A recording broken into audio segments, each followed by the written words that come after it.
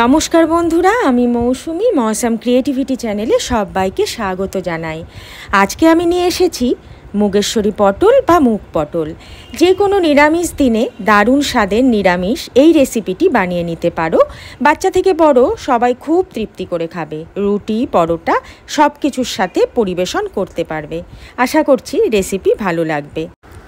এখানে আমি 250 থেকে 300 গ্রাম মতো পটল নিয়েছি। এবার পটল একবার ভালো করে ধুয়ে নিয়ে এইভাবে মাঝখান থেকে কিছুটা ছেড়ে ছেড়ে খোসা ছাড়িয়ে নেব। এরপরে পটলগুলোতে আমি একটু করে কাট লাগিয়ে দেব, যাতে তেল, মশলা, নুন খুব ভালো মতন ভেতর দিকে যায়। সব পটলগুলো এইভাবে হালকা করে কাট দিয়ে দেব। এরপর সব পটলগুলো আরও একবার ধুয়ে নেব খুব ভালো করে।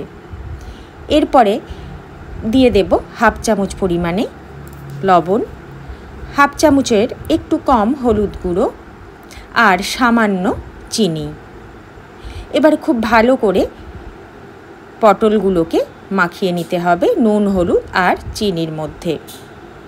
খুব ভালো করে পটলগুলো আমি মাখিয়ে নিয়েছি। এবার গ্যাসে বসিয়ে দেব কড়াই। কড়াইয়ের মধ্যে দিয়ে দেব এখানে করে 3 চামচ পরিমাণে মুগ ডাল।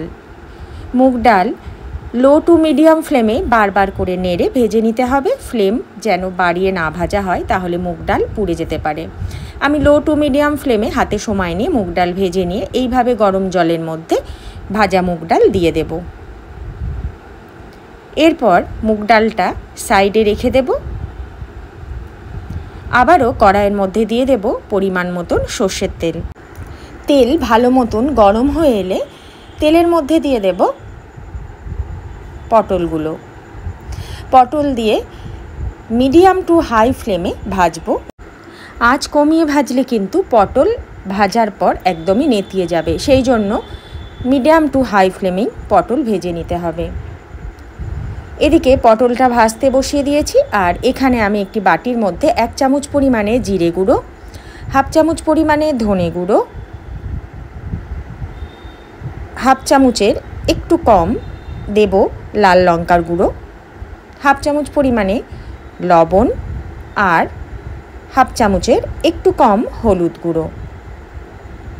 এবার এর মধ্যে কিছুটা পরিমাণে জল দিয়ে খুব ভালো করে মশলাটা গুলে রেখে দেব। এইভাবে তোমরা রান্না করার আগে যদি মশলা গুলে রাখো তাহলে একদম বাটা মশলার মতন দেখায়, আর মশলা কিন্তু পুড়ে ওঠে না কড়াইয়ে দেওয়ার পর।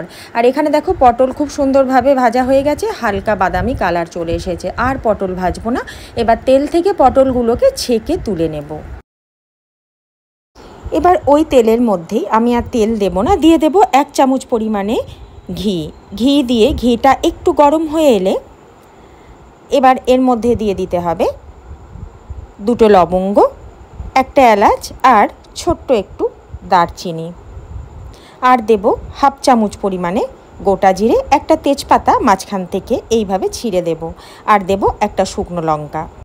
এবার লো ফ্লেমে একটু নাড়াচাড়া করে নিয়েছি। তারপর দিয়ে দেব হাফ চামচ পরিমাণে আদা বাটা। আদা বাটা দিয়ে একটু তেলের মধ্যে আদা এইভাবে একটু নাড়াচাড়া করলেই দেখবে তেল ছিটছে। তেল যাতে না ছেটে তাই সঙ্গে সঙ্গে আমি এর মধ্যে দিয়ে দেব সামান্য একটু জল। জলটা দিলে দেখো আদা থেকে কিন্তু আর তেল ছিটবে না। আর আদা খুব বেশি ভাজবো না, একটু এইভাবে নাড়াচাড়া করে নিয়েই দিয়ে দেব এর মধ্যে 1 চিমটে হিং দেওয়ার পর আবারও সামান্য একটু নাড়াচাড়া করে নেব। হিং কিন্তু ভাজবো না। আদার সঙ্গে একটু মিশিয়ে নিয়েই দিয়ে দেব গুলে রাখা মশলা। গুলে রাখা মশলা দিয়ে এর মধ্যে দিয়ে দেব বাটি ধোয়া জলটাও। এবার লো টু মিডিয়াম ফ্লেমে খুব ভালো করে মশলা কষিয়ে নিতে হবে। আর মশলা যখন কষাবো তখন হাতে সময় নিয়েই কিন্তু মশলাটা কষাতে হবে। আমি মিডিয়াম ফ্লেমে রেখেই মশলাটাকে কষিয়ে নিচ্ছি। এই সময় এখানে দিয়ে দেব 2টো কাঁচা লঙ্কার মুখ কেটে। দেখো মশলা কিন্তু অনেকটাই কষে এসেছে। মশলার মধ্যে যে এক্সট্রা জল ছিল সেই জল শুকিয়ে তেলটা বেরিয়ে এসেছে। আর মশলা খুব ভালো মতন কষেও এসেছে। দেখো তেল সুন্দরভাবে বেরিয়ে গেছে। এই সময় দিয়ে দেব ভিজিয়ে রাখা মুগ ডাল। মুগ ডাল আমি ভিজিয়ে রেখে 2-3 বার ধুয়ে নিয়েছি। এই সময় জল ছেঁকে এই কষানো মশলার মধ্যে যোগ করে দেব। এবার মুগ ডালের সাথে বাকি মশলা খুব ভালো করে কষিয়ে নিতে হবে, যাতে মুগ ডালটাও হালকা মশলার সাথে ভাজা ভাজা হয়ে যায়। মুগ ডাল বেশ ভালো মতন বাকি মশলার সাথে দেখো মিশে গেছে আর বেশ শুকনো হয়ে এসেছে। এই সময় দিয়ে দেব হাফ কাপ আর সামান্য একটু জল। জল দিয়ে আরও একবার ভালো করে মিশিয়ে দিতে হবে। আর এই সময় দিয়ে দেব ভেজে রাখা পটল। পটলগুলো দিয়ে আবারও খুব ভালো করে বাকি মশলার সাথে ডালের সাথে পটল খুব ভালো করে মিশিয়ে নিতে হবে। আর এবার একটি ঢাকা দিয়ে মুগ ডাল সেদ্ধ করে নিতে হবে। প্রথমে হাই ফ্লেমে রেখে তারপর ফ্লেমটাকে কমিয়ে ঢাকা দিয়ে আমি 3 থেকে 4 মিনিট মতন রেখেছিলাম। 3 থেকে 4 মিনিট পর আবার ফিরে এলাম। এখানে করে জল অনেকটাই শুকিয়ে এসেছে। আর একবার দেখে নেব মুগ ডাল কতটা সেদ্ধ হয়েছে। মুগ ডাল একটু হাতে দেখে নিলাম সেদ্ধ আর একটু হবে, তাই আবারও 1 মিনিট মতন আমি লো ফ্লেমে রেখে দিয়েছিলাম।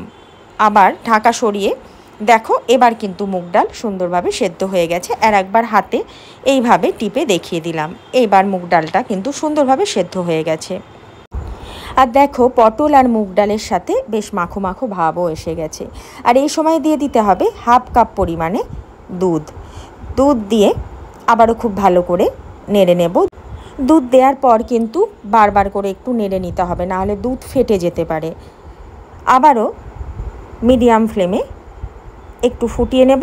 আর স্বাদ মতন একটু লবণ কম হয়েছিল, তাই লবণ যোগ করে দেব। 1 চামচ পরিমাণে চিনি। নিরামিষ যে কোনো রান্নাতে একটু চিনি দিলে খেতে বেশ ভালো লাগে। দিয়ে দেব হাফ চামচেরও কম গরম মশলার গুঁড়ো। আর শেষের দিকে 1 চামচ ঘি। শুরুতে 1 চামচ ঘি দিয়েছিলাম আর শেষের দিকে 1 চামচ ঘি এখানে যোগ করে দেব। এবার খুব ভালো করে সমস্ত কিছুকে শেষের দিকে আরও একবার মিশিয়ে নেব। আর এই সময় গ্যাসের ফ্লেমটাকে বন্ধ করে দেব। আজকের মুগ পটল বা মুগেশ্বরী পটল তৈরি হয়ে গেছে। গরম গরম ভাত, রুটি, পরোটা যে কোনো কিছুর সঙ্গে তোমরা সার্ভ করতে পারো। এই মুগ পটল বা মুগেশ্বরী পটল দুর্দান্ত একটি রেসিপি, কোনো দিনই পুরনো হবে না।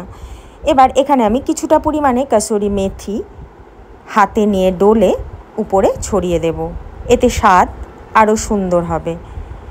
আর হাতে ডলে নেওয়ার কারণে কাসুরি মেথির যে গন্ধটা সেটা সুন্দরভাবে বেরিয়ে আসে।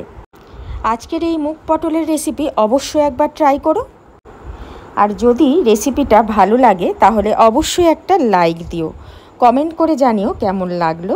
আর চ্যানেলটিকে সাবস্ক্রাইব করতে ভুলো না। আবার দেখা হবে নতুন কোনো রেসিপি নিয়ে। ততদিন ভালো থেকো, সুস্থ থেকো। দেখা হচ্ছে আগামী পর্বে।